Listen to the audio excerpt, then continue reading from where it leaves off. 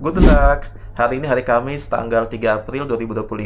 Artinya hari ini adalah hari keempat kami berada di Flores, Nusa Tenggara Timur. Kemarin kami kembali dari Desa Adat Werebo sudah sore. Jadi dari Desa Denge itu kami mulai berkendara jam 12 siang. Kami sempat mampir di Desa Lembor untuk makan siang. Lalu juga kami mampir di salah satu objek wisata yang dekat dengan Desa Lembor, yaitu Spider Web Rise. Kami melanjutkan berkendara, tiba di Labuan Bajo itu jam setengah 6 sore. Total perjalanan kurang lebih 5,5 jam dari Desa Denge menuju ke Labuan Bajo. Dan hari ini kami akan lanjut explore Labuan Bajo. Kami akan ke salah satu objek wisata yang tidak jauh dari pusat kota, yaitu Gua Batu Cermin. So, Los Gates. Bang Paulinus ya? Ya, betul.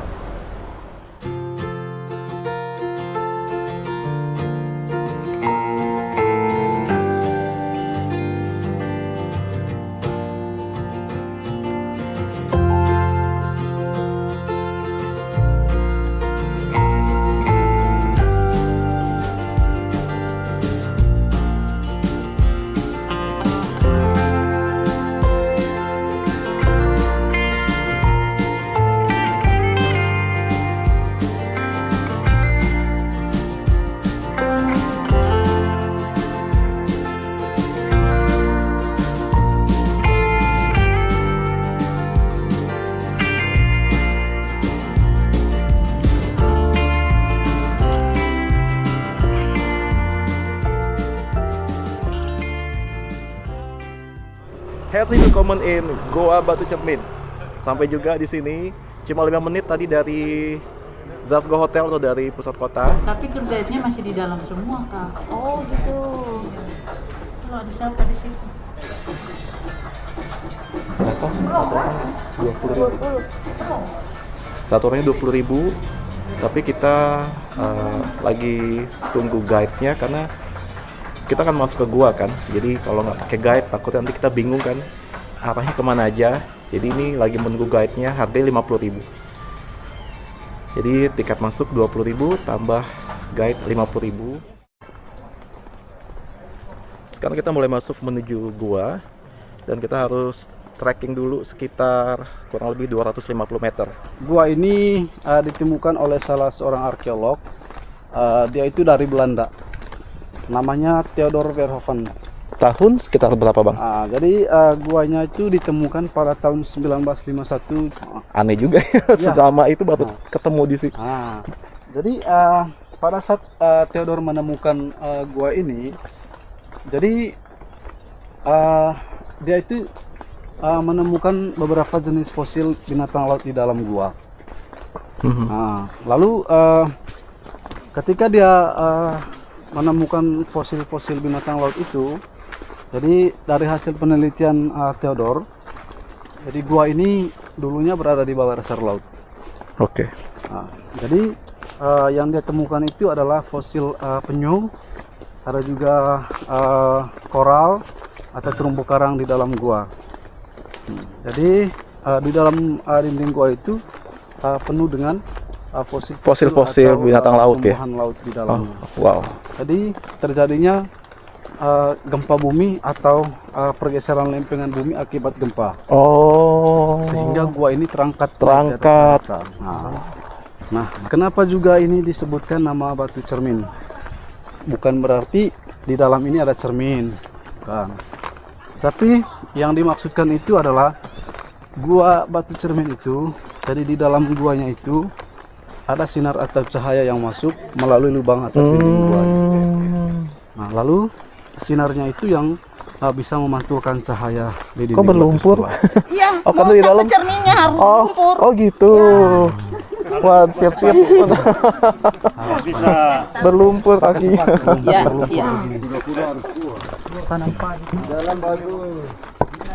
Lalu sinar atau cahayanya itu masuk ke dalam gua, lalu terkena dinding batu. Nah, sehingga terjadi pemantulan cahayanya. Jadi pemantulan cahaya itu akibat karena adanya kandungan garam yang sangat tinggi. Oke.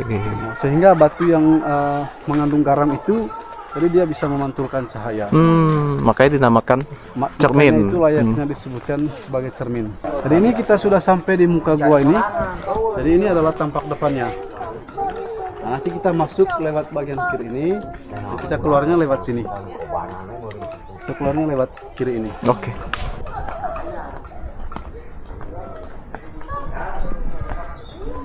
Nah ini bukti-bukti yang lain selain ditemukan fosil binatang laut. Jadi ini ada kikisan-kikisan air laut ini. Di dinding batu ini, di dinding batu ini jelas sekali kelihatannya itu karena terkikisan air laut, kikisan-kikisan air. Karena pusarannya itu terlalu deras sehingga ini terkikis. Ya ini membuktikan bahwa dulunya ini di bawah laut ya, Iya. di dalam laut, terus keangkat. Ini dulunya berada di bawah dasar laut. Oke. Coba dulu, Fit.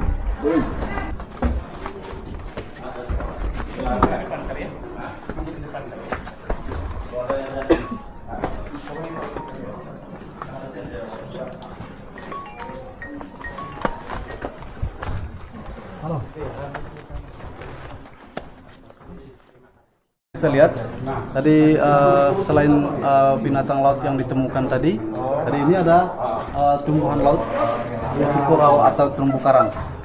Ini dia bisa kita lihat di dinding gua ini. Ya, koral-koral itu. Jadi ini masih tertempel di dinding gua. Sedangkan ini kita bisa lihat ini adalah stalaktit dan stalagmit. Nah, ini yang panjang ini stalagmitnya, tadi yang pendek itu dari atasnya stalaktitnya. Jadi itu muncul ketika ada tetesan air hujan. Jadi dia meluncur melalui tetesan air hujan. Dia meluncur ke bawah.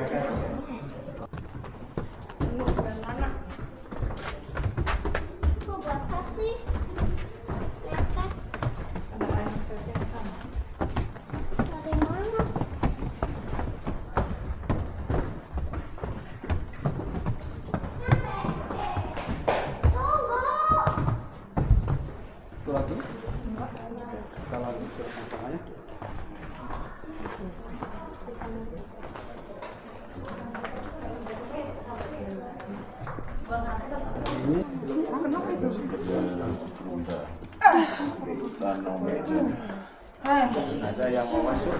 Kita mau masuk ke dalam guanya dan harus pakai helm juga untuk pengamanan dan harus siap-siap kotor kakinya karena masuk ke lumpur. Kayak gini ya.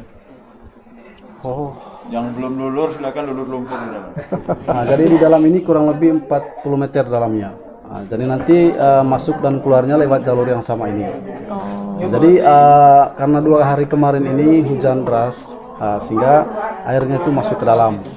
Jadi supaya kakak juga tahu, jadi kondisi tempatnya di dalam sini ini. Ini yang kayak ubur-ubur tadi ya bang ya? Iya. Ini ada fosil, bukan fosil sih, tapi bentuknya seperti ubur-ubur stalaktitnya. Iya, stalaktit yang menyerupai ubur-ubur.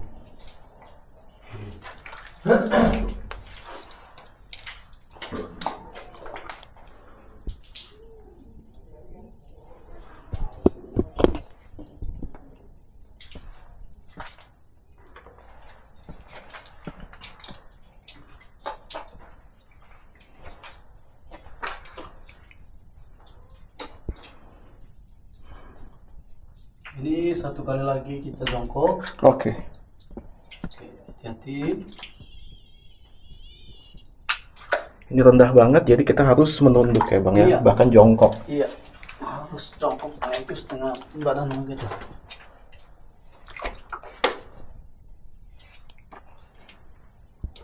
Oke.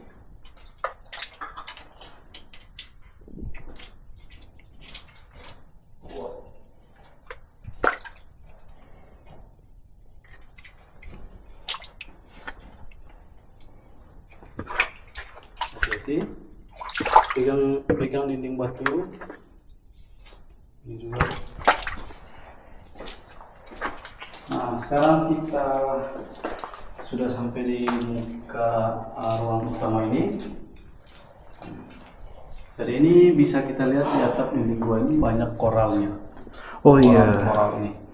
Dan ada juga binatang laut, ada seafood. Ini banyak seafood yang kecil ini. Yang mana? Oh, ini. Ini binatang lautnya itu. Ini. Ini. Oke. Nah, ini ada fosil, salah satu fosil yang paling besar. Jadi ini ada fosil kura-kura. Nah, ini dia punya kepalanya, ini cangkangnya, ini ekornya. Ekornya ini. Nah, ini sayapnya. Nah, gimana? Bisa ini jelas? Jelas. Iya, kelihatan kok ini. Oh, jadi ini emang fosil ya, Bang ya? Iya. Bukan Ini sengaja bukan buatan. tidak. Oh. Bukan buatan ini. Jadi ini adalah salah satu jenis fosil yang ini. Yang benar-benar berasal dari dasar laut itu. Maksud saya bukan secara nggak sengaja kebentuk begini batunya, memang dia fosil ya? Bukan. Kan tidak ada batu yang bisa nempel begini, sudah beribu-ribu Oh iya, tahun batunya ini. tuh sebenarnya ini ya? Tapi kan Dia nempel di sini. ini udah punya jadi fosil nih. Wow. Karena memang pas matinya itu langsung di dinding gua, sehingga lama-lama kan dia itu bentuknya itu seperti ini. Oke. Kalau misalnya dia nempel di kayu, otomatis dia bentuknya seperti kayu. Begitu dia. Karena ini sudah jadi fosil. Oke. Nah, kita lanjut ke titik yang terakhir di batu cermin. Oke. Nah, jadi ini titik yang paling terakhir di dalam gua ini. Jadi sampai sekarang, sampai di sana kita tidak bisa eksplor. Buntu ya, berarti ya? Buntu. Ini juga sudah buntu. Jadi bisa kita matikan senter dulu. Oke. Biar kita bisa lihat cahaya naturalnya. Nah, ini yang disebutkan batu cermin. Jadi sinar atau cahaya ini masuk ke dalam gua melalui lubang atap dinding gua itu. Oke.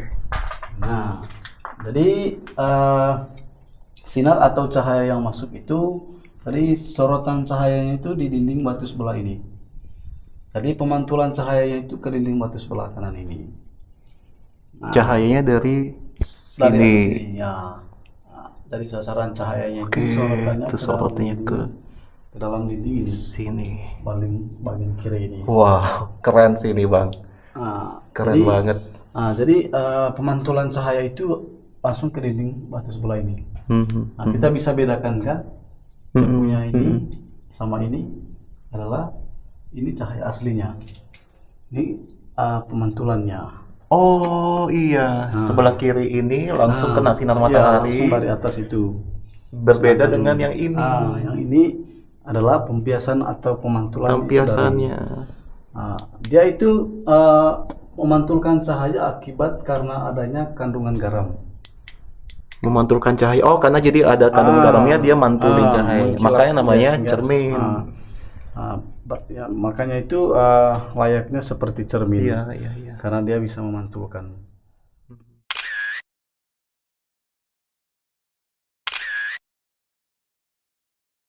Teman-teman, kami sudah sampai Ya, dari dalam ini. oke. Kami sudah telusuri sampai titik terakhir gua ini. Dan sekarang kita udah mau keluar. Kami udah keluar ini. Ini udah yang paling terakhir nunduk kan ya, Bang ya? Iya. Ini perjuangan terakhir. Saya nunduk-nunduk nih, karena tadi udah yang paling rendah udah lewat. Jadi ini tinggal yang terakhir, habis itu udah. Oke, Bang ya, tinggal naik ya. Siap, kita keluar langsung. Oke, sip. Oke. Let's go. Let's go. Pelan-pelan.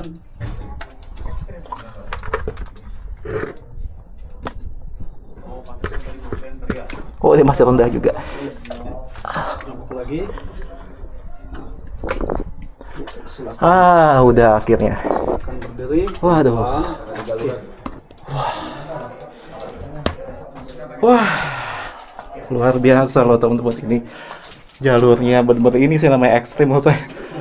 Wah, tuh masuk ke sana. Tuh. Jadi begini kondisinya. Lepas ininya. Terus kita nggak pakai sendal, sendalnya dititip di sini. Karena di dalam licin, jadi nggak bisa pakai sendal. Jadi seperti ini nih.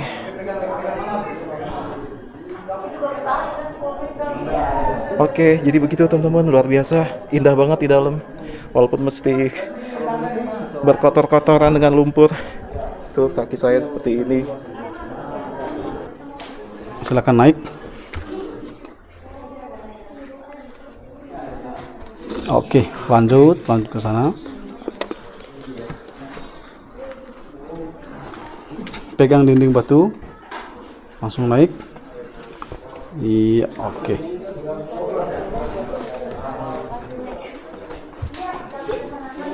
Ya, oke.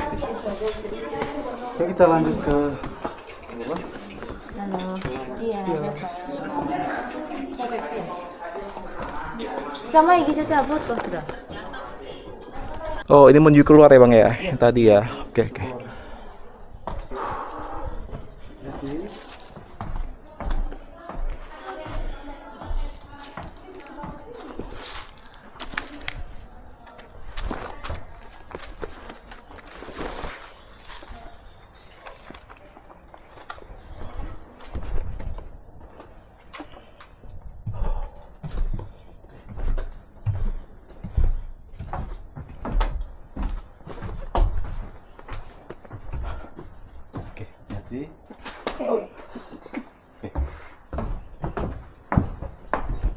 turunnya ini. Oh, cukup curam. Iya.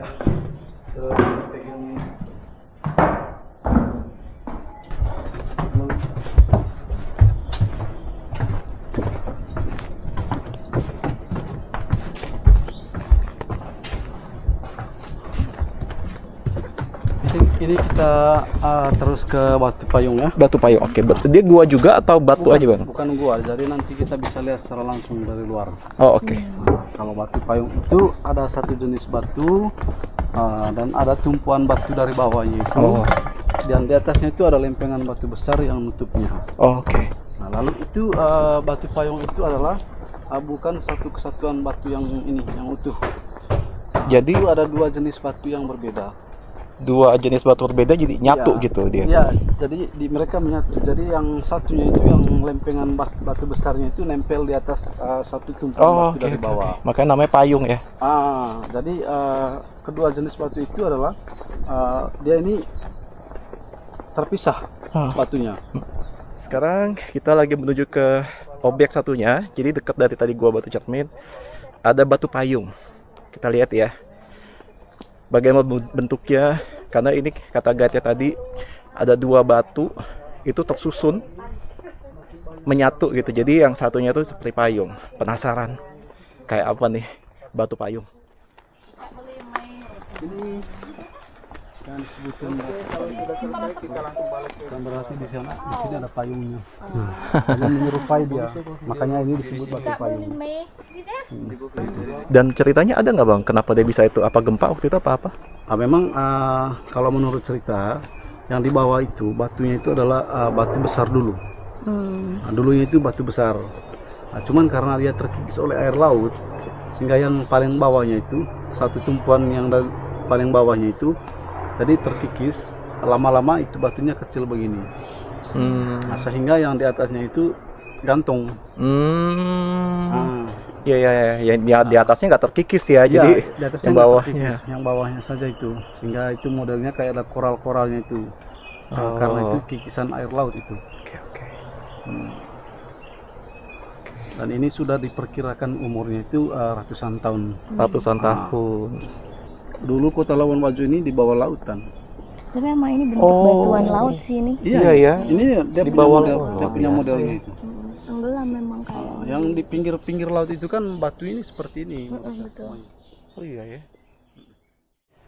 Oke, sekarang kita udah balik lagi di loket pembelian tiket. Jadi tadi luar biasa banget. Kurang lebih di dalam itu ada sekitar 15 menitan ya saya di dalam, atau lebih mungkin 20 menitan ya. Tadi saya nggak pas lihat jamnya sih, karena waktu masuk itu ya selama di dalam sih. Apalagi yang pas yang rendah itu kita harus nunduk, itu kita harus hati-hati banget karena memang pas musim hujan. Jadi lantainya itu berlumpur, penuh air, harus hati-hati. Dan memang ada yang pernah jatuh juga di situ karena licin kan. Jadi saya harus hati-hati banget. Kayak tadi itu sih yang bikin agak lama. Jadi sekitar 20 menitan saya di dalam. Tapi itu semua terbayar sih, susahnya masuk ke dalamnya. Di dalam indah banget. Stalaktit dan stalagmitnya itu benar-benar bagus banget. Nggak pernah nyangka bahwa Labuan Bajo ini memiliki gua yang berisi stalaktit dan stalagmit sebagus itu, seluar biasa itu. Ini sih benar-benar saya rekomendasiin buat teman-teman kalau ke Labuan Bajo harus ke Gua Batu Cermin. Letaknya juga nggak jauh, jadi hanya tadi 5 menit naik ojek online udah sampai. Ini saya mau istirahat dulu, minum dulu.